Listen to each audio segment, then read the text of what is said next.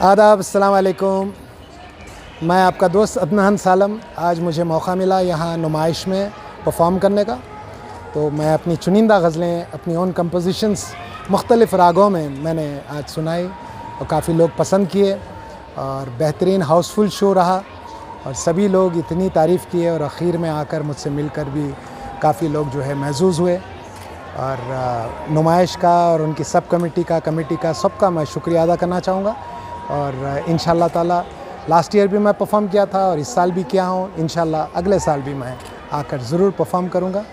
और इंशाअल्लाह जैसा कि आप यहाँ पे गज़ल गा रहे थे तो लोग थोड़ा अभिजीत सिंह को याद कर रहे थे, वो आवाज़ और आपकी सुर में दोनों मिल रहे थे। तो यहाँ की आवाम इतना जोश नहीं होते। अल्लाह का करम है, वालिदैन की दुआएं, उस्तादों की दुआएं हैं। मैं उस्ताद बड़े ग़ुलाम अली ख़ान साहब के बेटे उस्ताद मुनव्वर अली ख़ान साहब का शागिर्द हूँ, गंडाबंद शागिर्द हूँ उनका। मैं सिविल इंजीनियर भी हूँ और मुख्तलिफ़ शोज़ दिल्ली में, अभी सलमान खुर्शीद साहब मुझे इनवाइट किए थे, दिल्ली इस्लामिक सेंटर IICC में परफॉर्म करके आया, इंडिया इंटरनेशनल सेंटर में परफॉर्म किया।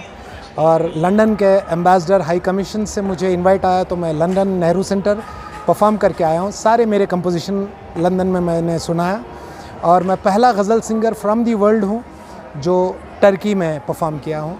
तो ये एज़ाज़ मुझे हासिल है, हैदराबाद को हासिल है मैं कहूँगा। और आपकी खुसूसी जो गज़ल आपने तैयार किया, खुद लिखकर गाए हैं, वो कौन सी गज़ल है? नहीं, मैं लिखता नहीं हूँ, मैं शायर नहीं हूँ, मैं कंपोज़र हूँ। धुन बनाता हूँ मुख्तलिफ़ रागों में।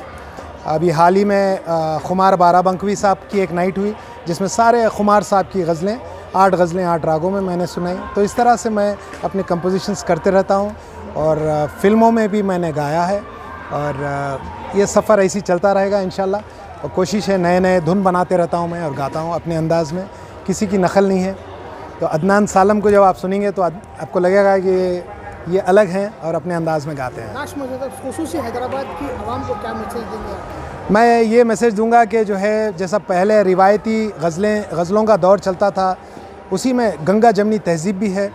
और मैं एक बज़्म गज़ल हैदराबाद भी चलाता हूँ जिसमें 8 इवेंट करता हूँ मैं सालाना, 7 गज़ल की महफ़िलें और एक उर्दू मुशायरा भी करता हूँ मैं। तो यही कहूँगा कि इसको ज़िंदा रखें। मैं गज़ल को ज़िंदा रखने की कोशिश कर रहा हूँ हैदराबाद में।